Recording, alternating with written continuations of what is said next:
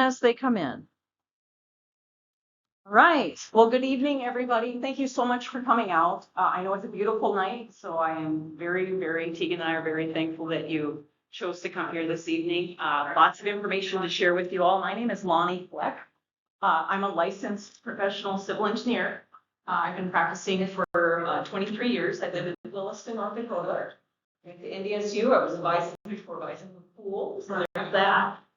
With me tonight is Tegan. Tegan grew up in Malta, Montana, and is born and raised in Montana, graduated from Montana Tech. Tegan is also a licensed civil engineer and has been practicing for about 9 years now. And if you've come to any council meetings, you've probably seen Tegan for the last 3 years, been to almost every one. So again, appreciate your time tonight.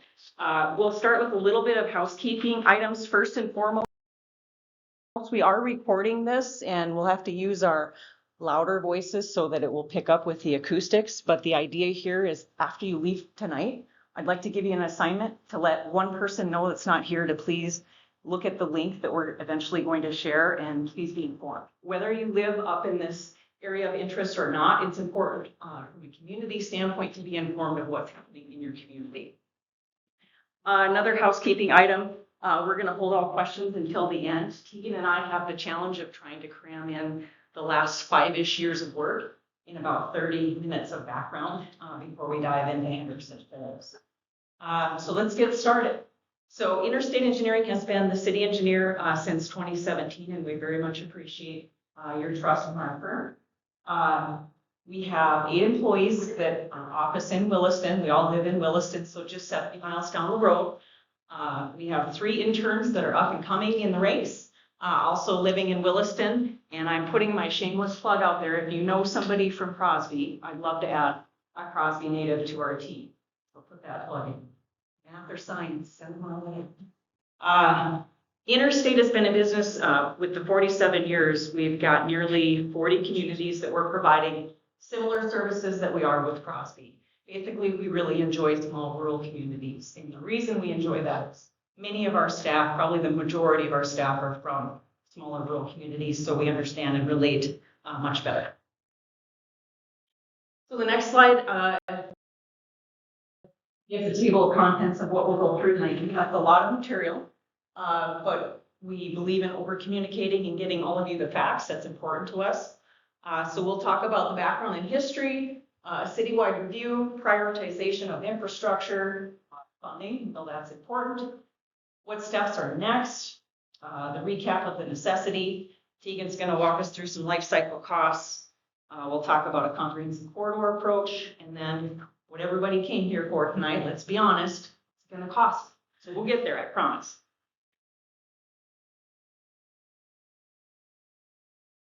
Okay, we first thought it was important to walk through some chronology. The work, again, started in about 2018, and I will say from 2018 to current, there's been over 50 updates to the council. And the reason I bring that up, your council is very well informed. They're very well intentioned and informed with every meeting that we give them updates. And specifically, as we walk through this chronology, you'll see some highlights in yellow.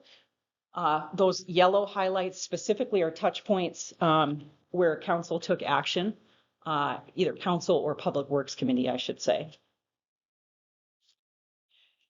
With you all here tonight, we appreciate it because it's really hard to keep up with all of the news. And so again, we'll try to cram in as much information as we can. And frankly, let's be honest, when we have elected officials, we depend really heavily on them, and that's fine. But when you have a large infrastructure project like tonight, that's why the elected officials, your board, wanted you here and wanted your feedback. So again, thank you for that. So we'll kind of cruise through some of this chronology just to get to the end and to the Hendricks and Holmes piece. So in 2019, three different major items, basically bidding the sanitary sewer televising. Maybe you saw a door hanger on your door for the jetter to come by. And the reason we did a jetter is to clean the mains and then eventually televise the sanitary sewer mains in most of the city. Past 2019, this is just an example of the clearest example, apologize for that, of one of the exhibits in our deliverable to the city. As we went through and inventoried the sewer mains, we can depict quickly in color code format, how big are the mains, where are they at? We did field survey as well, so we generally know where every sanitary manhole is in town. The next slide, I'll spend a moment on. It's important. There's 20 screenshots up there that you see. Those are actual footage of the sanitary sewers in Crosby. And it's important to describe, for our purposes, to compartmentalize and describe what we call deficiencies in the sewer. Real quickly, 5 categories, there's 5 rows. So the top row is an example of what deposits look like. Now understand, these screenshots are after we took a contractor took a high pressure jet and cleaned those mains. And so what you see up here is after the cleaning. So that top row, you're looking at mineral buildup that wasn't removable, from that jetting effort. The second row is what we call cracking. And you have cracking along the length of the pipe, along the circumference of the pipe, and sometimes block cracking, where it is just as it sounds, a block of spider web cracks. The middle row, the third row, as far as structural deficiencies, that's when pieces of the pipe itself, which in this case is clay tile pipe, when that pipe is actually missing. And really what that means, usually sewers are about 8 feet deep. You've got the existing soil that's really containing that sewage until it doesn't. The fourth row down is what's called surcharging, where the water is starting to back up in the footage there. If the sewer mains up in Crosby are carrying the wastewater flows that we believe that they are, there really is no reason for surcharging to occur if you have adequate slopes, if you don't have downstream defects. And so usually surcharging indicates some sort of problem. And so through the inventory process, we were able to narrow in on those. The fifth and final row you can see root falls inside the sewer main, pretty common. You've got trees in your boulevards. Of course, you're going to get roots, and they try to find the path of least resistance to that water source. And if there's an offset clay tile joint, right there it goes. And so it's pretty common for clay tile systems like this to have root infestation. And so after the televising effort, the televisor would go through and then cut the roots out.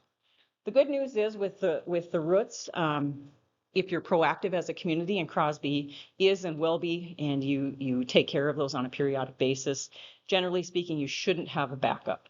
But it does take required maintenance on a rotating schedule. The next slide is another graphical display. I'm going to switch gears here from sewer, set that aside. Now we're going to go to water. As part of the inventory process that we did for Crosby, this is one deliverable that shows, again, in color code fashion, the sizes of the mains, locations of the mains, and hydrants and valves. And with that, the fun really began with a citywide review, and I'll turn it over to Deacon. Yeah, so as Lonnie just talked about, our first step was collecting all the data so we know what infrastructure the city of Crosby has. So going through old record drawings, physical survey in the field, locating water mains, sewer mains, any surface apertures that would be related to those. So I think a manhole or a gate valve for the water, locating those and putting those all on a map, and using the record drawings to identify what size they are, when they were installed, what material they are, particularly to water mains. So with that citywide review, once we had all that information collected, we wanted to start prioritizing. And so with prioritizing, as you can see on this exhibit, we developed 5 different schedules of priority. Those priority conditions are based on either age and condition of the water mains, same thing, age and condition of the sewer mains. Lonnie showed that graphic of the 5 different categories for sewer. With water, obviously, we're not able to televise that because it's full of potable water. So we have to rely on the information the city has to be able to develop our priorities. But this graphic shows 5 different priorities. In orange, the Hendrickson homes that we'll get to talking about, obviously you can see is ranked number 1 up in that Hendrickson Homes subdivisions.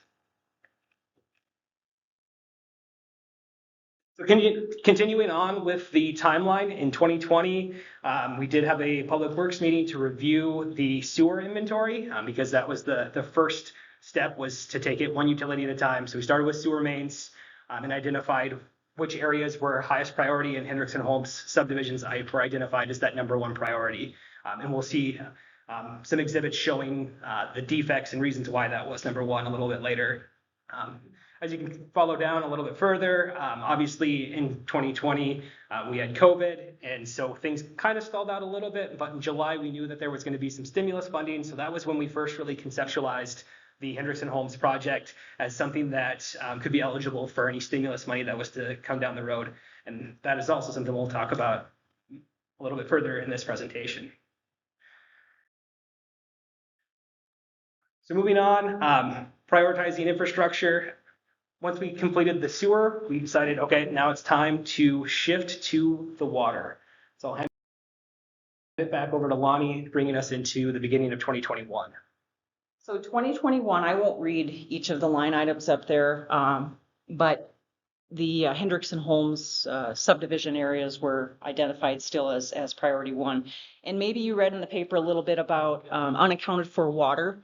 Let me explain just a moment what that means. Basically, you have a bulk meter on the south end of town. And so that measures the amount of water that's fed through town.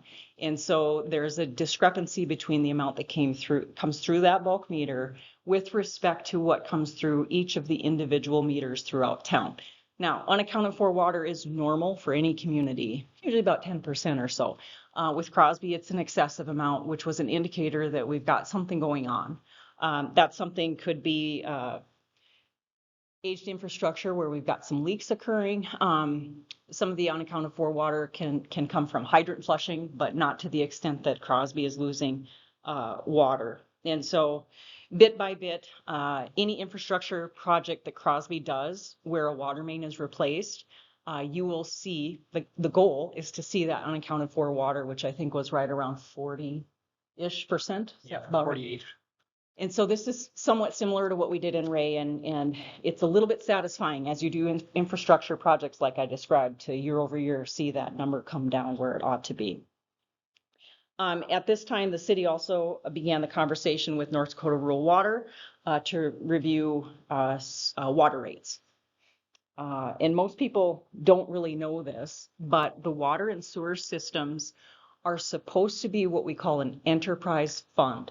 And an enterprise fund is where the revenue coming in for the water system should more than cover the expenses for the water system, and the same for the sewer, just like any business that you would run.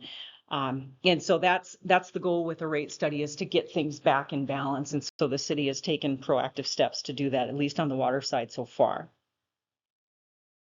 The next slide, the way here. This is just a graphic cover of the report as a deliverable that we provided to the city in May of 2021, again, covering water and sewer.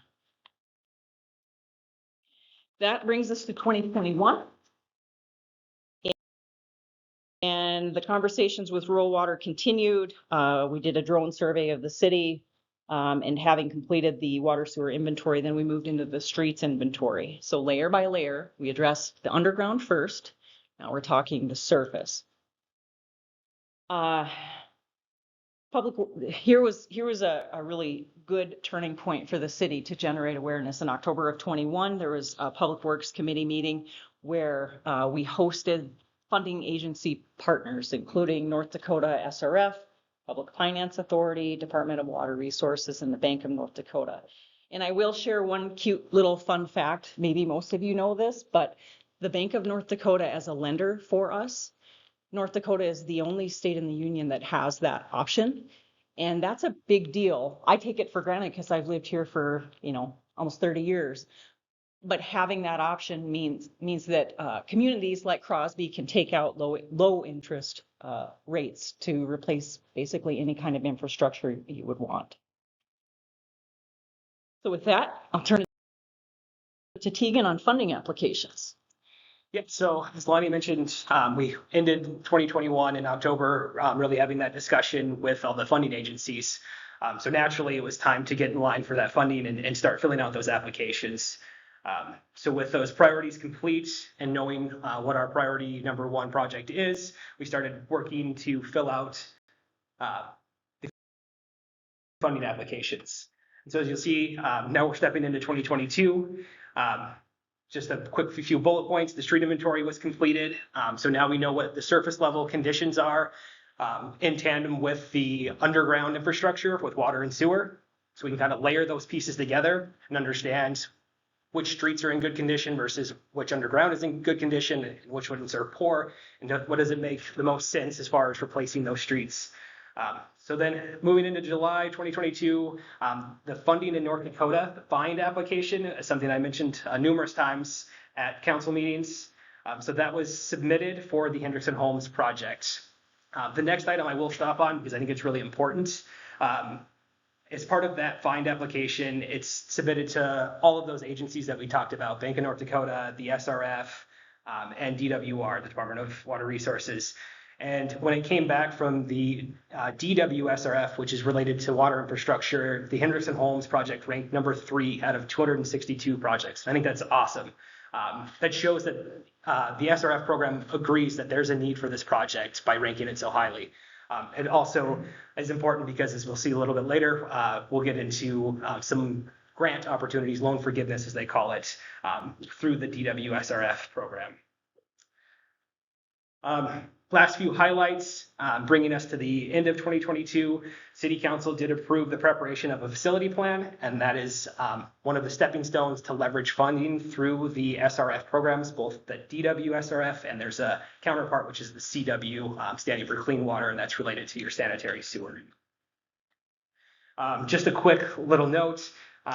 As you probably noticed, the yellow highlights that right there shows around 14 meetings, whether it was public works committees or a few specific touch points in city council over 3.5 years. So rounding out to roughly about a meeting every quarter of the year, specifically addressing the inventory of the water and sewer as well as the streets. Just a breakup of all the words, 2 different graphics on the screen. As you can see, the city street inventory cover page, and then on the right, if it was a little bit clearer, you could see the entire city hard pavement, asphalt streets, all color coded on a scale of kind of a red to green, poor to good condition. That was prepared as part of the street inventory.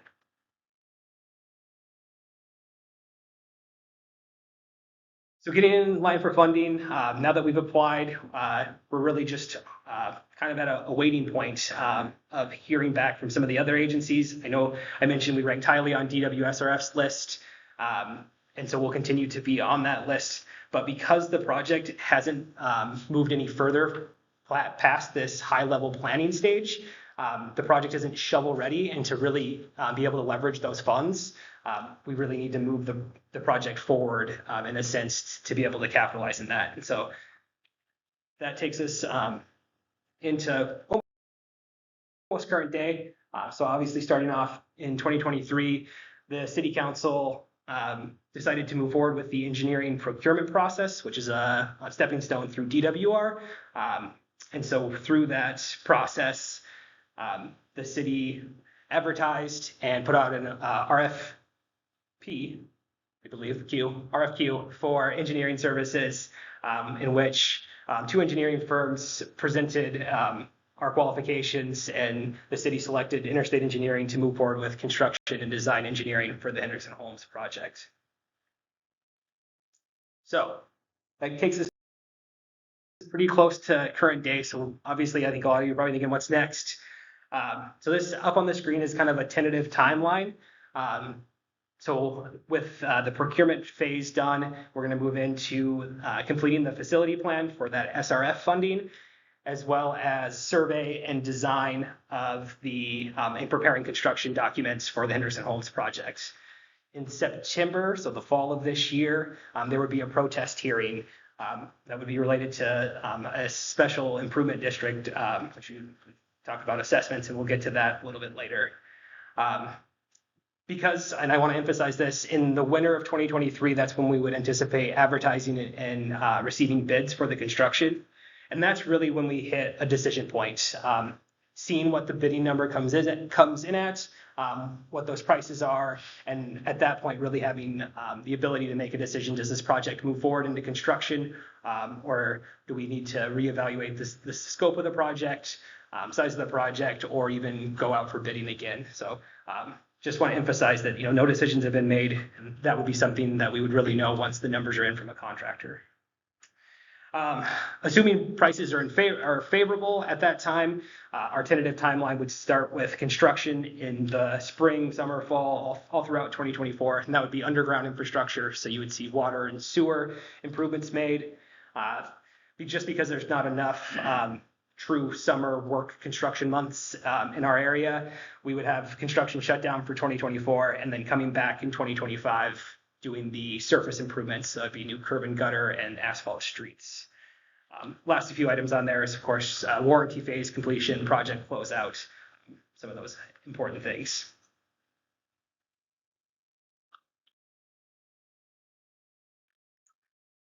So with that, I'll hand it off to Lonnie to kind of recap the necessity of this project. I did want to point out that any of the reports that we've referenced, all of those reports are at the auditor's office for your viewing at any time. And that's everything that we provide to the city as a deliverable. So again, if you want to stay informed, Alexa's office has that at the ready. So we'll recap the necessity. Now that we've walked you through 5 years of work in 21 minutes, it's a record for us. We'll take a deeper dive into Hendrickson Homes. So this graphic grays out the rest of the city just for the purpose of focusing on the area north and east, which we dubbed as Hendrickson Homes. Basically, if you see a color up there, there is a deficiency that we noted through the televising process, and those deficiencies could be a broken pipe, not enough slope, not enough ground cover to insulate from freezing, that kind of thing. The red, because it stands out reasonably decent, the red are the broken pipes, and I think we counted 11 of those. This inventory was done 3 years ago now. So as you can imagine, infrastructure doesn't get better over time. It deteriorates over time. So I just want to make sure that you're aware of that. The red items, again, being the 11 spots of broken pipe. If we went in and just replaced those 11 spots, and it's been discussed, trust me, it has, we could do that. That's an option. And it's maybe $150,000 to $200,000 option, just a guess. We could certainly do that. But to look at things comprehensively, which is what we did for the city, it doesn't address the deficiencies that can only be addressed if you take the entire scope of that project there, all of the sewer main, and start at the lift station by the fairgrounds area. There's a lift station there, which is your low point of your sewer, and start reinstalling pipe from there back up. The things that we would do is increase the depth, increase the slope, so that you could address the overall deficiencies. So again, spot repairs are an option. I'm not saying that they're not, but the question is how many $150,000 fixes do you want to make? So I just wanted to be clear with that.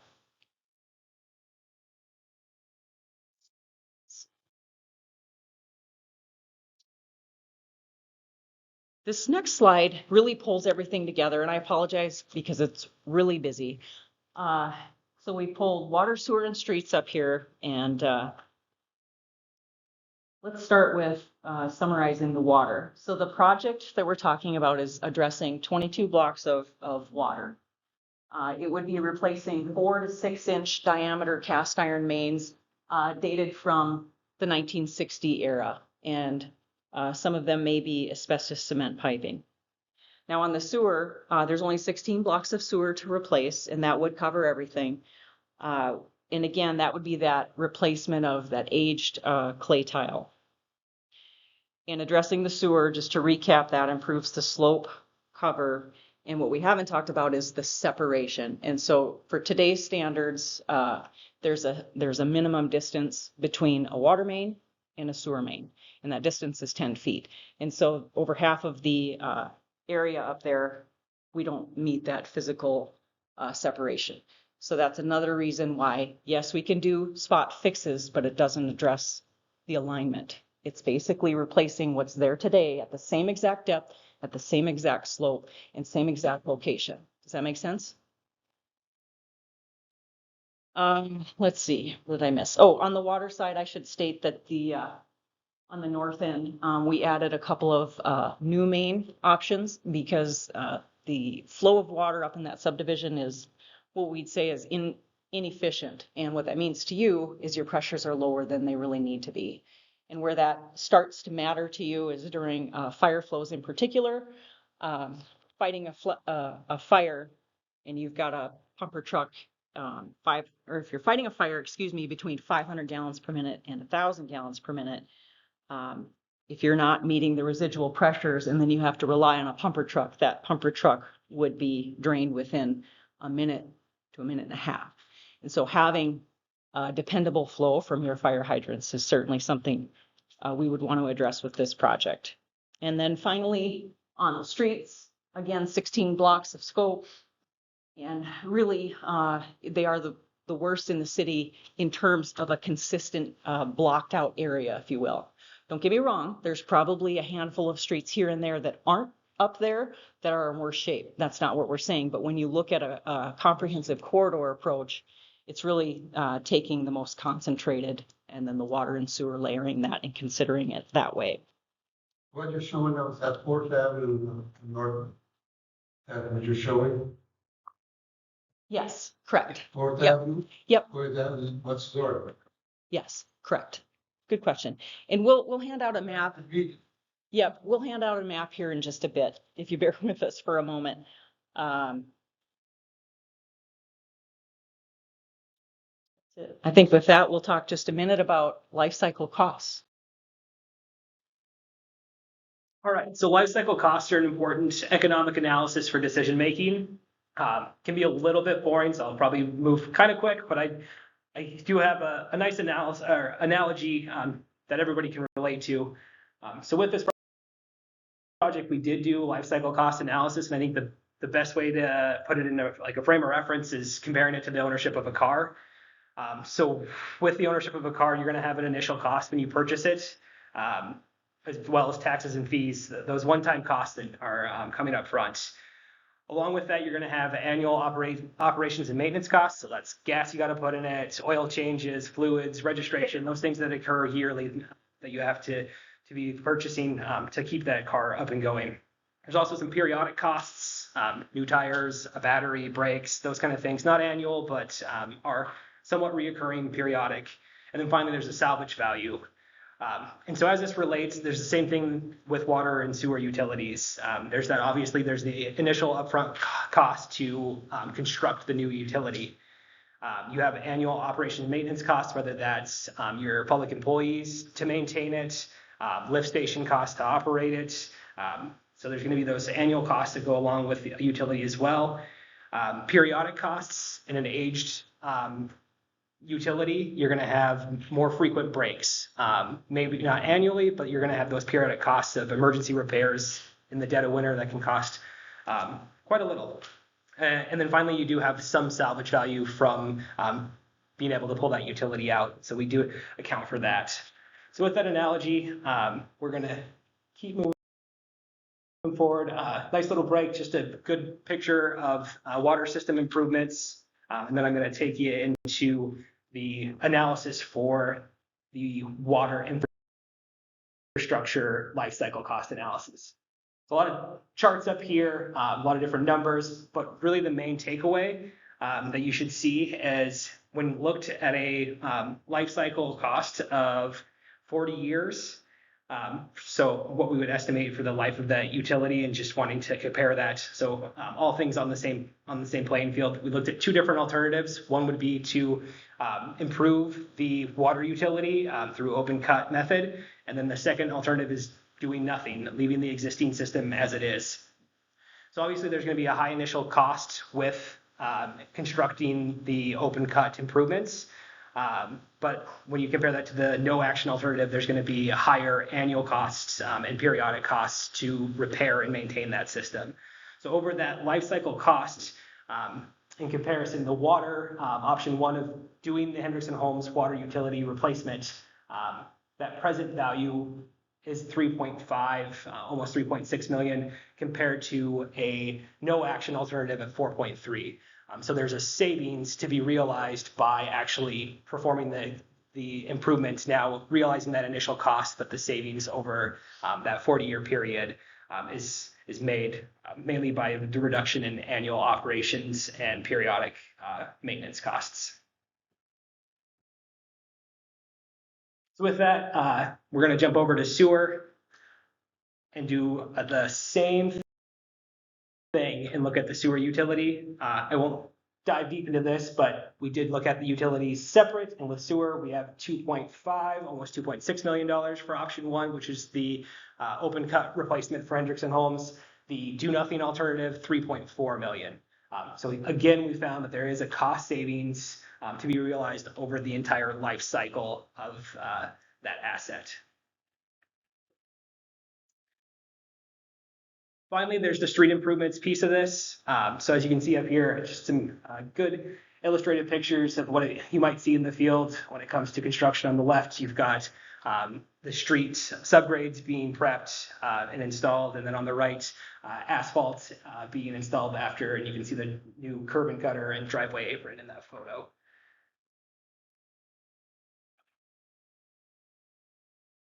So with that, because we are looking at all three pieces, we refer to this as a comprehensive corridor approach. I'll hand it off to Lonnie to talk about that a little bit further.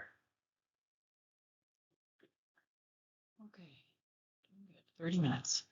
Okay, most people don't know what city right of way is. Where is that line? Where does my property begin and where does it end? And so we thought this was a nice isometric graphic to show that. So on the right and the left, you'll see kind of that dashed red line. That would be a conceptual location of the right of way. So from red line to red line, that is dedicated to the public use forever. And so the city has the authority to maintain and operate systems in there. And obviously we can drive and walk there freely. Behind the red line is your property, and that's private. So when we looked at this as a comprehensive corridor approach, why do we do that? It really is about cost. As you can imagine, to piecemeal and go one block at a time to do construction, it's just becomes cost prohibitive. You're having to mobilize a contractor multiple times, as an example. And what we like to call that is economy of scale. But the other thing that it saves on is nuisance to the public. I mean, if you can imagine if next year we replace 2 blocks of water main, and then 5 years from now, we came back in the same stretch of area and decided, no, it's time to do the sewer. I mean, let's not kid ourselves. It's a nuisance. It's a pain. You don't have access to your property like you did prior. We have what's called temporary access. And so it's hard to put a price tag on that public nuisance. So there's that value as well. Let's see. Sorry, give me a moment here. Lost my note. Well, anyway, to summarize up the comprehensive corridor approach, and this was my note, excuse me. Everything in blue is indicating water and everything in green is indicating sewer. There's a lot that goes on underneath the street typically, and that's like our color coding way to keep track of things. So the goals of this strategy for the comprehensive corridor is orderly redevelopment. And I say redevelopment, right? Because you folks live there, of public infrastructure, really to enhance public health and safety. Second goal is sustainability. If we're going to do this, let's build it to last. Third goal, we'd like to see the city follow some established design standards for consistency's sake. For example, sewer mains should generally be down the center of the street so that it's equidistant to run a service left and right from that sewer main to each of the properties. Water is generally on the west or north side of the sewer. In curb stop locations, and if you're not familiar, a curb stop is the water shut off to your service. It's just a little small diameter that you've probably seen in your sidewalk or in your boulevard. Having those consistently spaced X amount of feet from the right-of-way line is important too. And we all know Crosby gets lots of snow. So if you think 5 feet of snow, middle of winter, and trying to find a curb stop or a valve, having some consistency in your infrastructure means a lot for your public works to address it quickly. Another goal of doing the comprehensive corridor, the last goal, probably one of the most important. As a general rule, there usually is not free money for street improvements. There is, as a general rule, free money, grants for water and sewer. Why? Because water and sewer is considered public health and safety. So it's a little bit easier if you can prove your case, like we did on the water side, you can leverage some grant. And so there's a strategy to this. If you can do a comprehensive corridor like this, we can get part of your street paid for free. So I think it was about half of the street. We figured if we can get some grant funding for both utilities, you'd be leveraging half of your street for free. I'm not guaranteeing that we can leverage all of that, but that's the goal. Probably one of the most important, because let's face it, money drives many of our decisions. And there's only limited resources to go around, both on the city side, and household income, of course, plays a factor in how much can we really afford. The next slide is a slide that we took from the voluntary sidewalk project that we're on our second round of doing this year. Why are we even considering a sidewalk with this project? A few points up there. Public safety supports economic development to some extent with the walkability. Accessibility, ADA accessibility, and so that's the Americans with Disability Act. So if you're in a wheelchair or otherwise disabled, rebuilding the sidewalks with the appropriate ramps and so forth are important. Probably no or minimal maintenance has been done on the sidewalks since the original install, so getting to be a little bit of a hazard in some areas.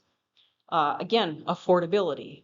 The buzzword there is economy of scale. If you hire a contractor to build 1 block of sidewalk, it's going to cost X. If you hire a contractor to build 15 blocks of sidewalk, it might be 0.5x or 0.8x. You know, it's an economy of scale.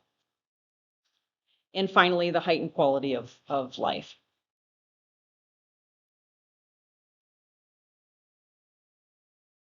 And one thing I'll say about sidewalks, whether or not, and there's options tonight, and again, no decisions have been made, but whether or not the city, through your feedback, goes forward with sidewalks, at a minimum, we want to include the design for the grades. So if we decide, not going to do sidewalks with this project, just doesn't make sense to us, that's fine.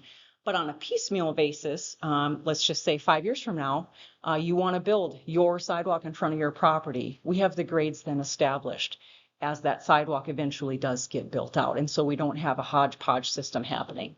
So there's benefit to that.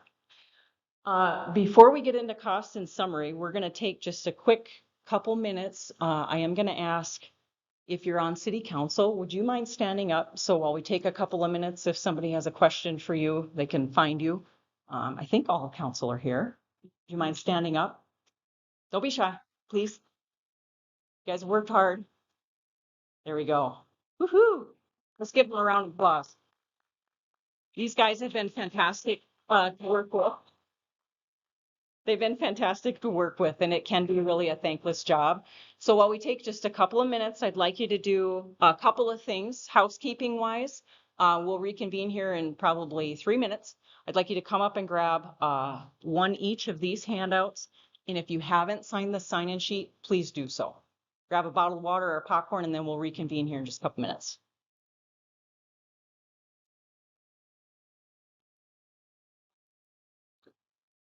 It's nice to get your legs stretched anyway. Yeah.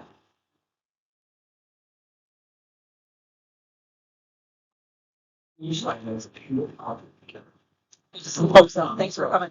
Grab a map over here too. Oh, sorry. Yeah, I'll do better at flagging people down.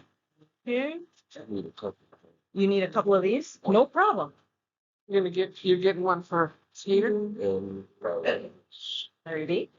Hold this one, okay? Okay. You're welcome. Three? Three? Yeah. Guilty. I love watching him. Yeah, oh, I'm yeah. so animated.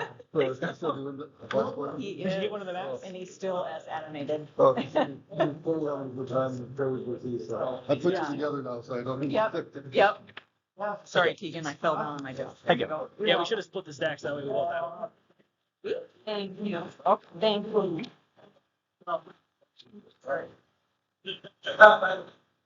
Thank you.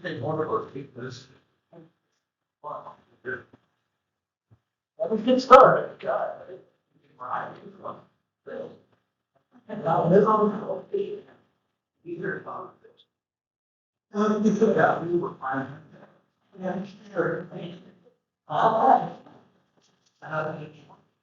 That's great. All right. I don't think anybody snuck out.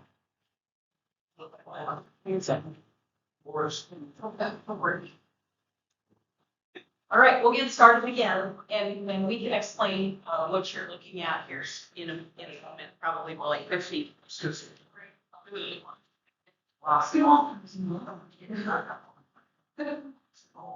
Okay, so we ready? Let's finish this thing out. All right. So again, thanks for coming. Thanks for being part of the solution. Really appreciate that. What I would ask you guys to do, this is the first step, staying informed, and from here forward, just watch the paper, come to a city council meeting, continue to stay informed. That's my pitch. One thing I would ask you guys as we start to walk through the costs, it does cost money to own real estate in the city. We have to keep some things into perspective, and that's one of them. It does cost money to have reliable water at the tap. Most of us take it for granted, myself included, and I'm in the industry. It does cost money to have the ability to flush your toilet and not have to cross your fingers that you're not going to have backup. All these things cost money. On the streets and stormwater side, we have paved streets. We could go back to gravel, but then there's the dust and the rutting and the maintenance. It's not a need.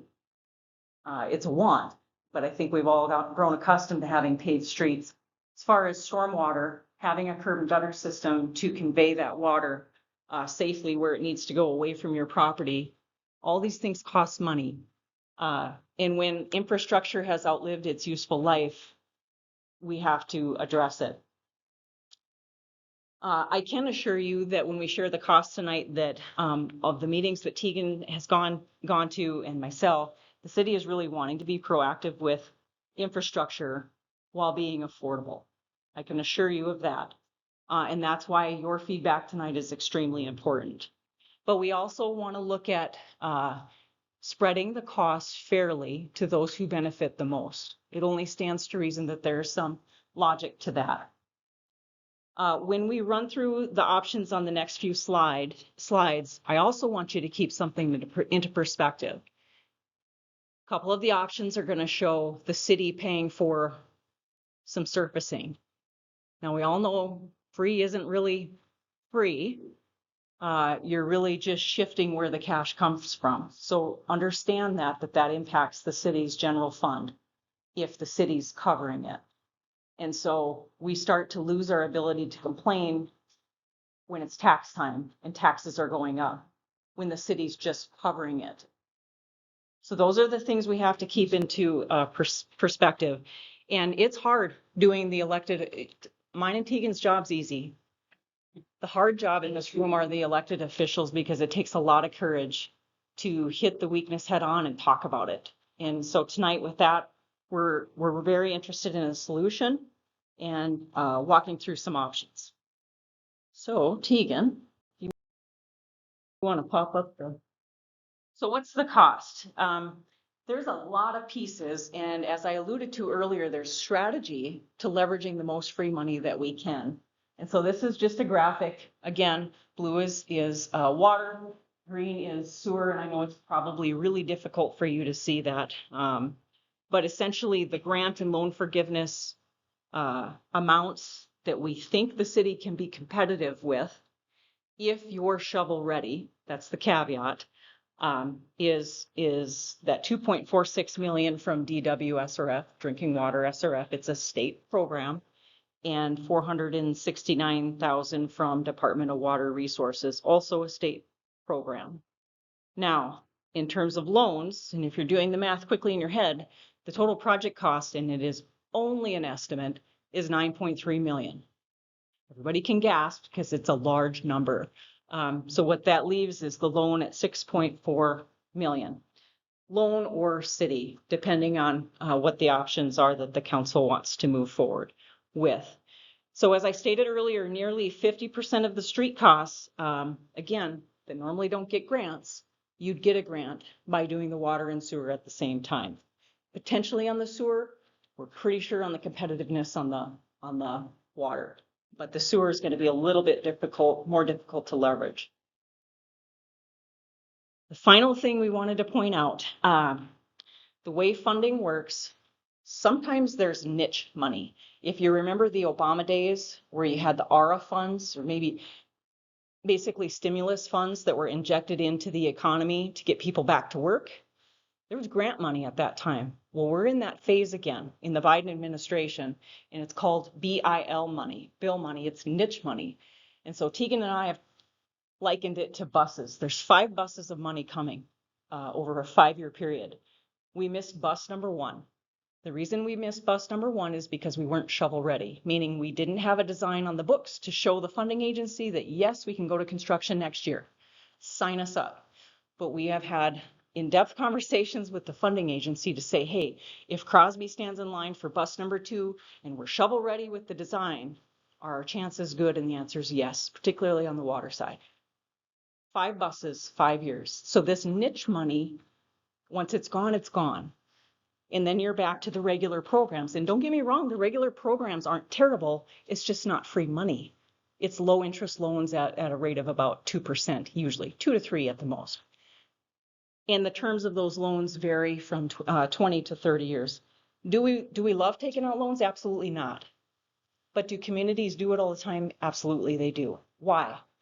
$9.3 million is a lot to spread over the public without some assistance. And that's what these programs are built for.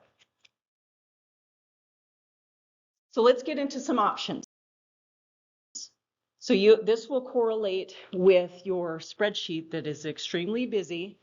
You'll notice that this spreadsheet is alphabetized. Tegan did a nice job with this. And there are options. You'll see from right to left, surfacing option 1 through 4. So when I talk about options, that correlates to this spreadsheet. This spreadsheet is only related to surfacing, okay? So the total cost, $9.3 million.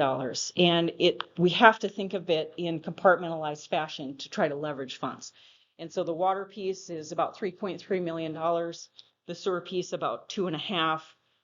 The streets piece just around 2.2 million. And then we pulled out the farm to market piece because there's some underground infrastructure we need to improve there. But we pulled that out separately, hoping that maybe we could get the county to participate and or help leverage state DOT funds. We'll see. Worth talking about. And then finally, the sidewalks, again, for both sides of the street is $913,000. Total, again, 9.3 million. Now, below those circles, you'll see on average, what are the ranges of costs to each property by component. So working again from left to right on the water, the range is anywhere from, and again, this is just for Hendrickson Homes. This has nothing to do with resetting the city's water and sewer to the enterprise status, the self-sustaining status. This is just looking at Hendrickson Homes. And so with the water, the range is anywhere from $5 a month to $29 a month. Why the big range? We're conservative people. The $5 means we got every grant we think we can get. 29 is we don't get any grants. Tegan and I don't think that's what's going to happen, but we want to be fully transparent with you guys that that's the range as a worst to best case scenario. Same thing with the sewer. The range is $7 to $23 per month increase. And again, water and sewer, that is a citywide cost. It's very common for a city the size of Crosby to spread a project like this citywide. We help each other out when we do water and sewer. Why? Public health and safety. However, when you get to the streets component is just by the benefiting property owners only, generally speaking, and that's how we ran the numbers. So the average cost per property owner, I think I'll just blip to the 3 asterisk number, is $2,860 per property owner per year in assessments. Don't panic. It's just the worst case scenario without city participation, but these are the facts. This is the real estimated cost. On the farm to market, we're saying none, because we don't believe we should be assessing farm to market to any of the properties the way the district is preliminarily laid out. And again, we're hoping we can leverage other funds. Now on the sidewalk, we did the same assessment as spread as we did for the streets, and that is about $1,200 per property owner per year. Again, both sides of the street. So your grand total of all the things, including water and sewer, on average per property owner is about $4,200 to $4,700 a year. It's a lot. It's a lot. Let's go to the next option.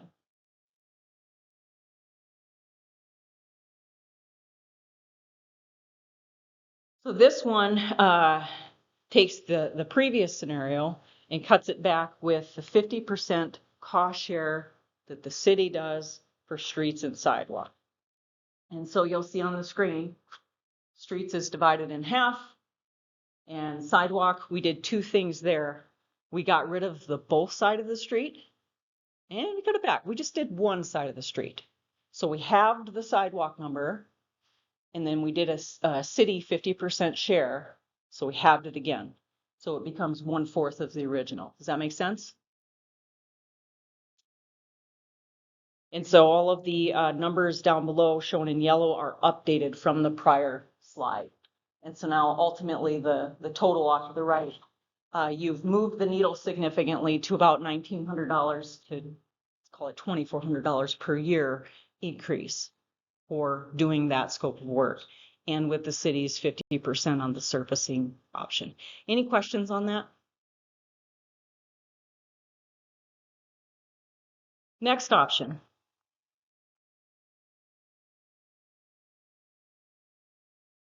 Same slide. On this option, we're taking the streets only. We're not doing any sidewalks. And so again, the streets, we've halved it. The sidewalks, we completely got rid of it. And so the numbers in yellow are the updated figures. So about 1,400 and, excuse me, 1,500, 1,600 per year to 2,100 per year for that option. Am I missing anything on that? I should say that these figures are run in your spreadsheet for the assessment on a, I just added 15-year loan at 5.5% interest. Is that what it would be? I don't know. It's an option. It's something that needs to be discussed with council. But we had to pick an example. Next slide. And the last option thrown out there so far. Again, no decisions have been made, you guys. This is really for feedback. This option is, instead of a 50% cost share by the city, 75%. The city's really in tune with affordability. But remember, if the city pays 75%, where is that money coming from? Some of it might be oil and gas, some of it might be general taxation, but again, we have to have our eyes wide open. Where does the money come from? It comes from somewhere. Nothing is truly free. So on this option, the only thing that's changed is, again, the sidewalks. We're ixnaying the sidewalks, and the city's participating 75%. So in this option, it drops the property owner total cost to, call it $900 to $1,300-ish per year.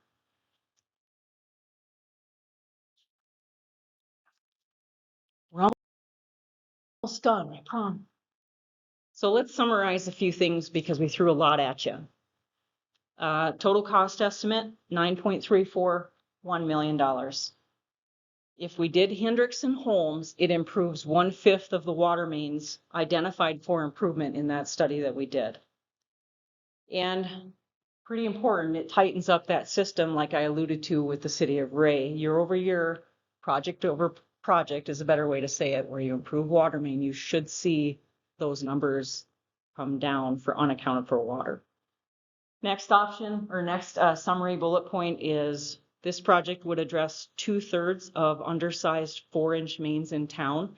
So if today we put in a new water main, the minimum size is 6-inch, and the city does have some 4-inch yet to correct. So this would address 2/3 of those undersized mains.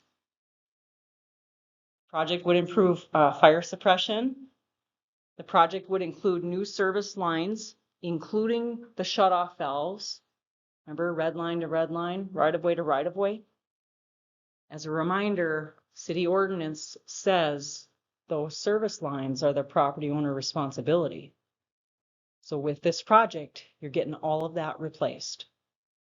Again, a do nothing option this winter, if you had a water leak on your service line, that out-of-pocket repair cost comes from you. So this is a proactive measure to prevent that possibly happening. And the worst thing is it's always in the dead of winter and it's obviously never planned, and so it's extremely inconvenient. On the sewer side, it improves 1/5 of the flagged sewer mains and addresses the most severe areas. In terms of streets, it reconstructs most of the streets that are the worst condition. Not all, but most of the streets identified citywide as worst condition. And finally, the one thing we all take for granted, myself included, is reliable infrastructure.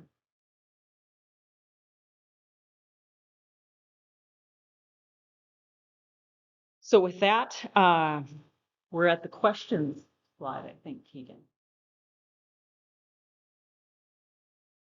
This is an actual photo in Crosby when we flowed some hydrants in town for our water modeling analysis. Having cast iron mains like you do, you get buildup, and that happens. So that's why hydrant flushing is important to do every year, which the city does. I think with that, we'll open this up to any questions that you might have. Again, be mindful we're recording this, and so use your mom voice or your dad voice or your coaching voice so we can pick this up on the recording. It's a lot, I know. Maybe any of the councilmen have anything to say?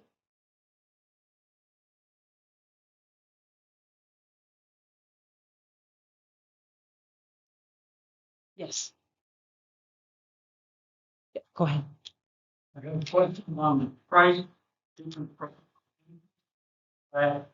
Per lot? Is that per lot? So it's an average based on the property owner. So we looked at not just the lots, but how many lots somebody owned. So we took basically the percentage that each individual owned and averaged that out and then came up with that cost. So it's just an average. So not by lot. If you do look on this sheet, this spreadsheet, if you can find your name on it, if you have property up there, you'll find that this is broken down by lot. And so if you own multiple lots, you'll find your name multiple times and you can add those values together for a total cost.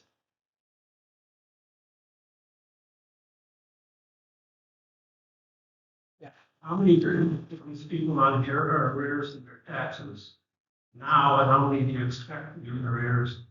Okay, I'm going to repeat the question so that we record it, and then I'm also going to look at Alexa. The question was, of the list on this sheet, any sense of who's delinquent on their taxes?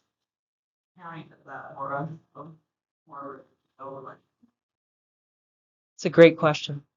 There's really not a lot of people. Yeah. There's a legal process, and I'm not an attorney, but I don't know, Alexa, if you've had to go through this recently, the process and eventually a sheriff's sale, a taking of the property, if you will.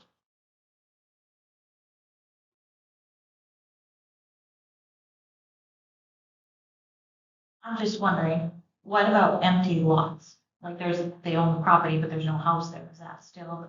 Yes, Charge. correct. And then what about, like on our block at the end, there's definitely a delinquent house that needs to be torn down. Does that get assessed to that? Is this going to be assessed to that property? I'm just reading what the city's going through with one lot that was sale. I mean, is that going to, it's already tough down in our area. Do you want to take that one, Alexa? Did you hear? Yeah, so if it's on the property, so yes, it would still be assessed, even if the structure were to come down, it's just the cost. If the city takes the structure down, we're all going to be assessed, Yeah. so.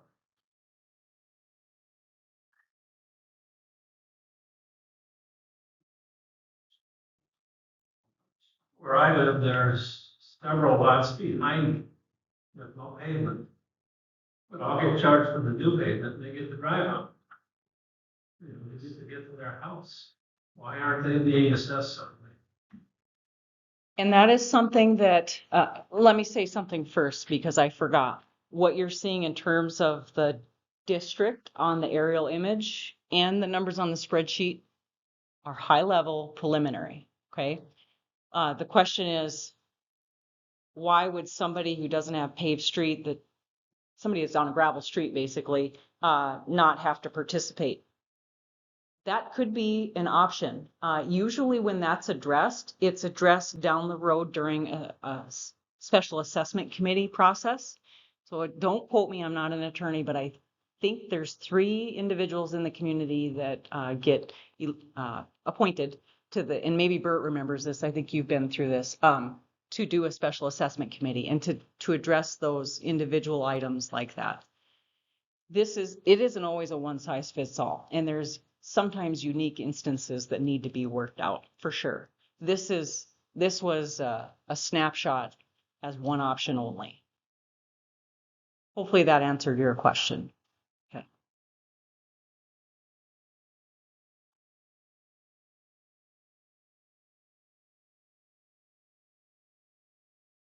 Does everybody understand the sheet? It's a lot of numbers. I understand that it can be a little bit overwhelming. I'll point out, let's just walk through the top property one for a moment. Let's just walk through that so we all understand what we're looking at. Again, this is based on the surface improvements only, meaning street and sidewalk. So for option 1 for Benjamin Auberg, I'm saying that right? You've got the legal description. You've got the square footage of 7,700 square foot for the size of the lot. Now, if Benjamin wanted to pay off his assessment and just be done with it and not deal with interest in the 15-year loan, you could. And that payoff amount, again, for option 1, which is his cost for a new street and sidewalks, that is $25,887.11 payoff. You're done. But if you want to amortize that over a 15-year note annually, that'd be the $25.79 a year per lot. Yep. Yep. Yep. Right. On option 1, which is the worst case scenario without. Like option 1. So just given the realistic numbers, if you were to do sidewalks and we had no other source of funding to assist, but there's a number of communities that have to. You guys went through and did a survey of communities that of how to assess these sort of improvements, and a lot of them do assess 100% of property. Yep. Correct? Yep. It's a mixed bag, and community by community, it's customized. So 100% could be assessed, 50% could be assessed. It's really up to the community.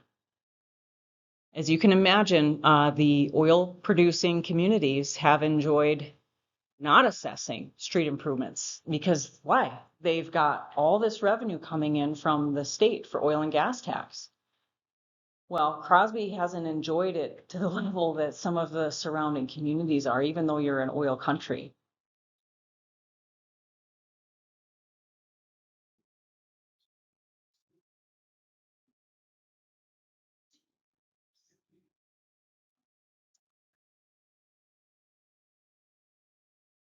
Any other questions?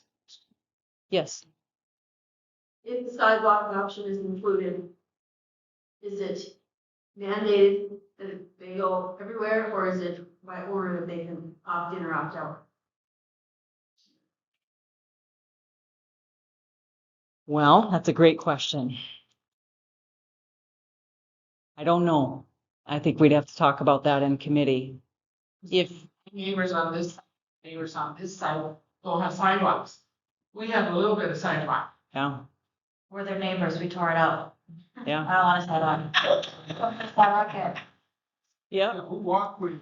I need other projects done by my father-in-law. And I mean, and I'm just gonna talk off the top of my head here, you know, maybe during design, we can start to gauge some of that interest through the next several months. And just have a survey out there. Sidewalk, yes or no? And then we can populate that and see kind of which way people are leaning. Should we do both sides? One side or not at all? And so probably taking a vote and then putting that in front of council to make some informed decisions makes the most sense. Open to ideas, though. Ultimately, that's why we had those multiple options. Option one, including sidewalk on both sides of the street, just to give us that high, you know, pie in the sky kind of number baseline of what you're looking at. Option two, reducing that back to something a little bit more feasible with sidewalk on one side. And then option three, we don't want sidewalks at all. Let's not construct it. We'll have the design at the ready if we want to improve it down the road, but don't need to construct at the start. So that was the idea, was to give us a baseline and some just general options at this high level planning.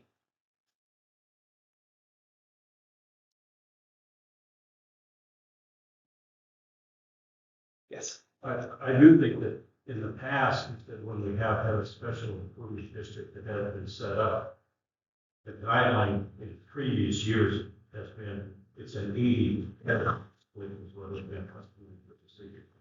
Sure. For the benefit of property owners, they pay 80%, and the city would take more. Yeah. And that has, that's how Stanley does it, Bert. And it used to be that's how Williston did it, but they must have recently updated their ordinances. So just FYI, for the city of Williston, for a reconstruct project like this, their policy is 2/3 paid by the city and 1/3 special assessed. So it really is all over the board. I don't have multiple copies, but I can give you. But yeah, we think about done.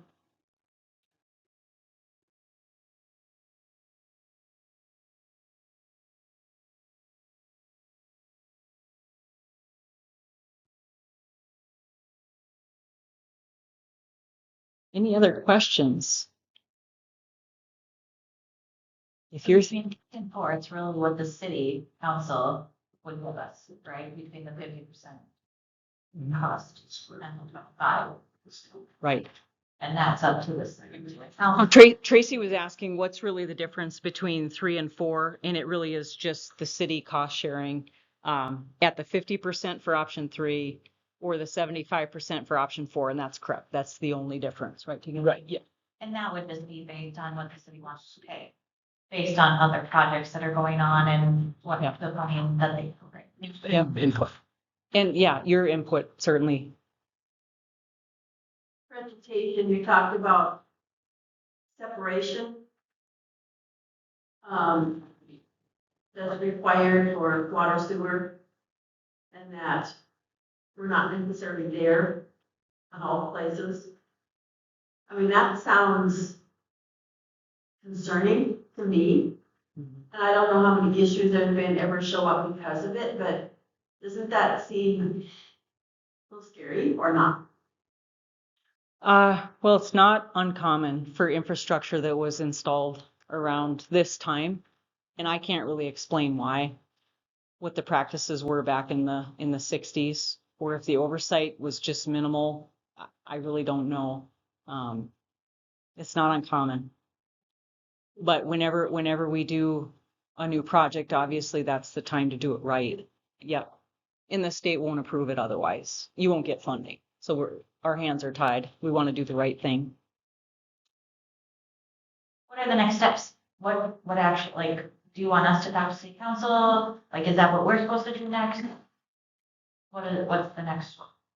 That would be amazing. If you could give feedback to city council, if you wanted to do it in writing or visit with them, I think that that would be fantastic. And they'll listen to what you all have to say. We'll continue to move forward. You'll see survey crews in town. We've called in locates on the north end of town. So we'll be design surveying again to get you in the shovel-ready format. And if the city decides to not do anything, and not, when I say not do anything, we get through design, we bid it, we can stop at that point. The biggest investment, as you can imagine, is pivoting from there to get into construction. What we're doing right now is what we call the soft costs. It's the legal piece, it's the engineering piece, the design engineering piece. So what you'll see next is survey crews in town up there collecting data, bring that data in-house. We'll begin to develop design drawings, meet with the city public works council portfolio and staff, and walk through design. So really that decision point was fall. Yeah, with a protest hearing in the fall, that would be related to this aerial image and that boundary of what the special improvement district would look like. Obviously, that district is up for interpretation and movement depending on what lots are going to be included, those benefiting properties. And so getting the feedback from this meeting will lead into how that district is really put together. And in part, through that protest hearing, it'll cover the percentages, 50%, that 75% cost share, those types of items. So how long do you expect it to be shovel ready? What's the time frame for that? So our timeline is having our plans complete and approved through DEQ by November, at the end of November, I do believe, this year. Yes. Yeah. 48% of the water that we buy from them is unaccounted for. Correct. That's 48%. between, the last I looked at the numbers, it was ranging between 40 to 48%. You know how many gallons is that? Don't quote me, but I believe it's around 2 million gallons. Was it? That's unaccounted for. Some of that could be unmetered too. I forgot to mention that. It's possible there's some property or several that aren't paying for their water. They're using it, but they're not paying. There's that possibility too.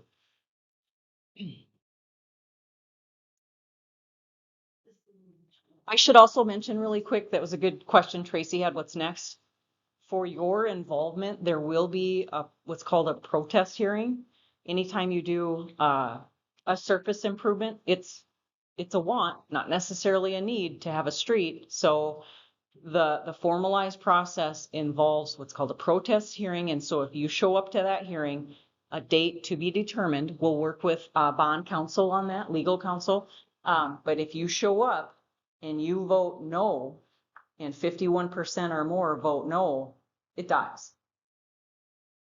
And then we kick the can down the road until whenever.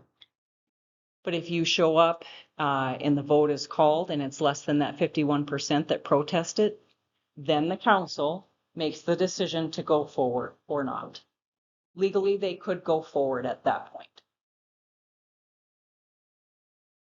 On this project, because we're probably gonna have to use alleys. Is there anything to look at alleys? They're pretty narrow, so you can get around. As far as access during construction, Yeah. yeah. So during construction, the contractor would have to make access to your site available. So they would be staging the construction to where you can still access your site through the construction phase. So it might will involve temporary water. So water, small diameter water mains that are at surface grade. So like crossing in and out of your driveway, you would have basically a gravel berm over the top to protect that water main that's there temporarily while they're replacing it. Yeah. Yep. Yeah. Just to be clear, the cost estimate does not include upgrading alleys. What Keegan's alluding to is the contractor may have to throw some temporary gravel to sweeten up an alley here or there, but it's not a total reconstruct. So I just want to manage expectations with that. It's a great question.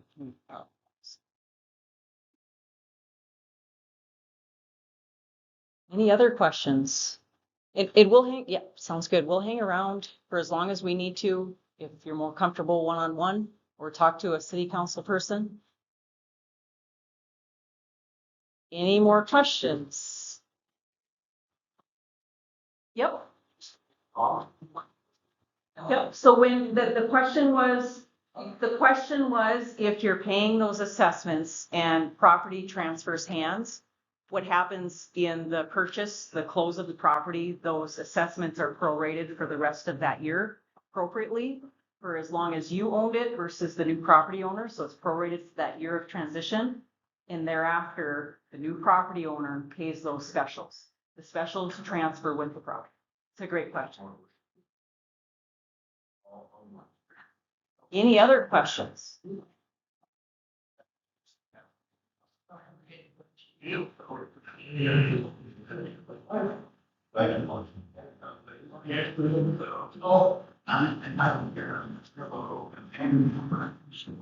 So I wanna know where you went up.